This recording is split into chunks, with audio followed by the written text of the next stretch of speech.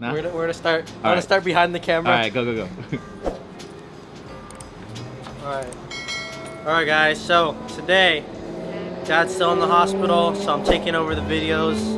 Wish him luck. But today we're gonna be covering what to look for when buying used bikes. Holidays are coming up. I know a lot of parents are looking for some new bikes, some used bikes, just depending on if you're trying to save money or not. But pretty much what to look for, what to look for for used bikes. Alright, so one of the first things I'd say, the most common issue I see on used bikes is the pinch stem or pinch handlebars. What happens a lot of times is people over torque these four nuts, and what happens is either your bar, it pinches down, or else your stem stresses so much and it starts to actually bend more. The two things that you could keep an eye out for that is, one, see the spacing right here. You'll notice it's very close, and I would say almost hitting the bottom.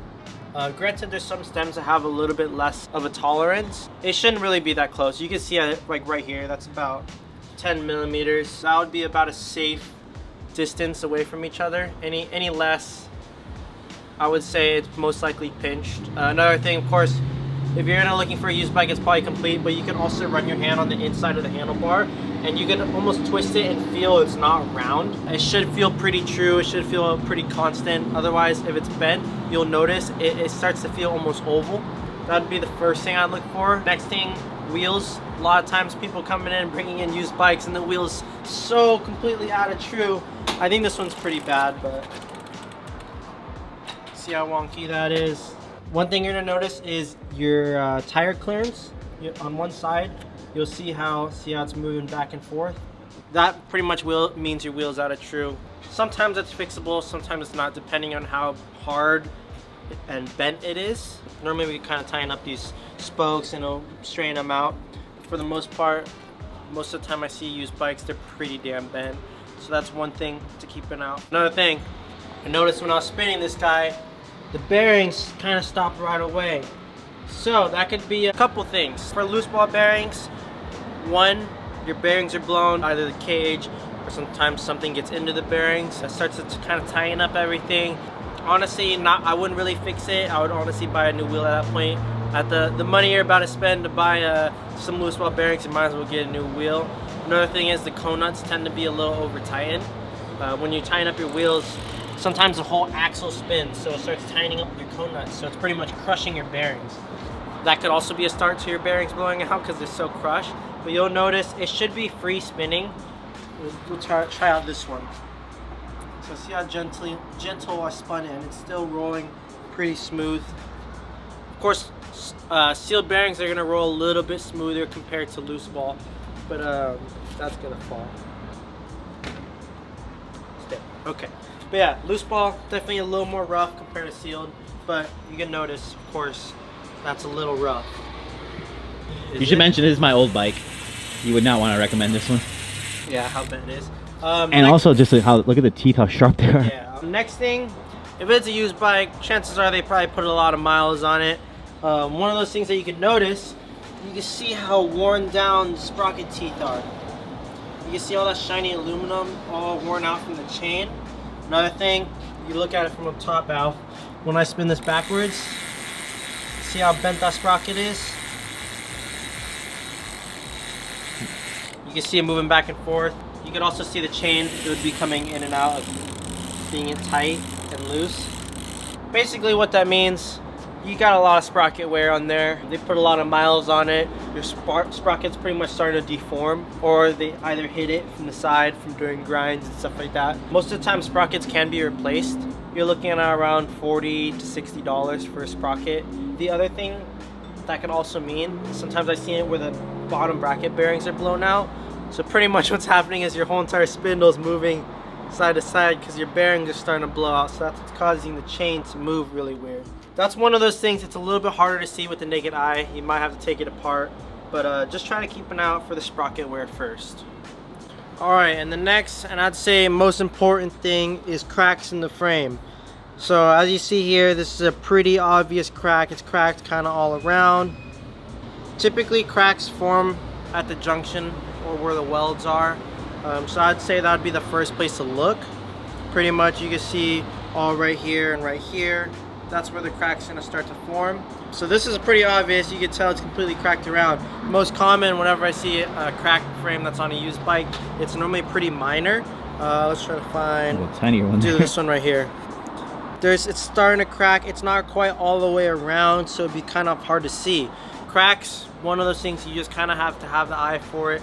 But I would say look around the welds. That would be the first key. As you see, all the welds are pretty constant. There's not really any stress marks. The paint's not really chipping anywhere. So this is a pretty nice frame right here. But if we move down here, you can see it's starting to crack. You can see the black going down. I've also seen some people, what they do is they take, depending on the color of the frame, they take typically the opposite color and they rub it along the welds, and of course the color would seep into the weld and you'd be able to see the crack a little bit more. That's one of the things you could do, or of course you could always just look at it. I mean,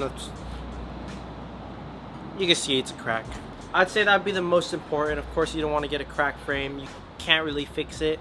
Most of the other stuff I mentioned, you can't always replace the parts. This you'd of course have to replace the entire frame. Next thing we're going to talk about bent parts. This one's going to be hard if I'm being honest, but the main thing you're going to notice is riding. If you've ridden a few bikes in your lifetime, you'll notice everything should feel pretty straight, not really feeling weird. I've seen a lot of bent handlebars pretty much right here. That's like the first area to go. You're gonna see some kids pedaling around and their bar is down to here. But what I normally do if I'm looking for a bent bar, I would either stand behind or in front of the bike. And you could kind of level out, find something almost horizontal in the distance, and you can see from grip to grip if it's pretty straight. Of course, with a bent bar, you're gonna notice the side that is bent, it's gonna start to tend to lean down. Of course, you can always do the same thing, looking straight down from the top. Try to find something level on the ground. Like this would be a good example. So you would almost line that up with the edge of the curb, and you'll notice either one side or the other would be either tweaked forward or backwards. That would be the first thing, bent handlebars. Next thing I see would be cranks. Typically where the pedal boss is, it starts to twist. This is kind of hard to see actually. It would be more when you're pedaling. Another test you could do for that would be either sitting on the bike. Of course you can pedal it normally. If you're trying to stay in one area, you can pedal it backwards. You'll notice with bent cranks, you'll feel one pedal, it starts to feel like it's going in a circular motion like that. That either means bent crank or bent pedal spindle. Most of the time it's a crank. Another thing is forks. Those tend to, I've seen a few really bad ones being here. Kids, what they do is they either nose case a jump or case a jump. Both of those would cause the forks to either bend forward or backwards. If you nose case a jump, pretty much you're hitting the fork against the backside landing, so the fork's gonna be backwards. You're gonna notice fork's gonna pretty much look like that. They're gonna start to point backwards. And of course, if you're casing it like 50-50 style, your forks are gonna bend forward. Then it's gonna look like a chopper. One way you can see if your forks are bent, you can look straight down, kind of line up your fork tubes. So you'll line that up with your head tube, and you'll see if it's either going forward or backwards. Most of the time when forks are bent, it's pretty obvious though, and you'll notice it rides really, really weird. So if your forks are bent backwards, you'll notice your choke clearance right here, your fork's gonna start bending a lot more backwards. Another thing you can keep an eye out for is stolen bikes. A lot of times they're trying to get rid of it really quick, so they're gonna be posting it up for really cheap. So you're gonna see some bikes fully decked out, everything for $200. Chances are it's probably stolen. I'm not saying it's full. It's maybe that guy's just trying to get rid of the bike for some reason, but most of the time it's stolen. So what I would do is, if they have the serial number, you can ask if they have a serial number, and you could try seeing if it's registered. Most of the time, the serial number is located right on the bottom bracket where the cranks are. Be right there. Once you figure out the serial number, you could either, I'm pretty sure you only call 911, but see if there's a stolen bike website or something like that. Typically police departments, they have something for that, and check with them. Another thing, of course, size wise, most of the time for standard BMX bike, it is 20-inch, but I'm having a lot more of the smaller kids coming in. So pretty much try to find a bike that fits you. Most of the time it's a lot of feel. You're gonna notice some bikes feel a little bit easier than the other. Most of the time smaller bike feels a little bit better. You're gonna have more control over it.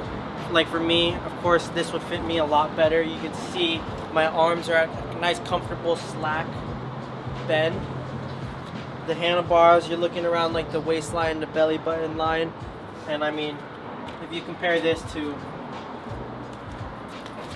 this bike, actually, it actually fits pretty well. I'm surprised. I'm just kidding. But of course, this is gonna be a lot smaller. So you're gonna kind of have to do some trial and error to see which bike fits best for you. All right, and I'd say that pretty much covers it and what to look for a used BMX bike. Or if you want to do one, you can always hit us up. EPIC BMX. We're here all the time, 12 to 7. Come by, test ride our bikes or used bikes. Look at this video and see what you can see on a used BMX bike. And I'd say that's pretty much it. Adios, amigos.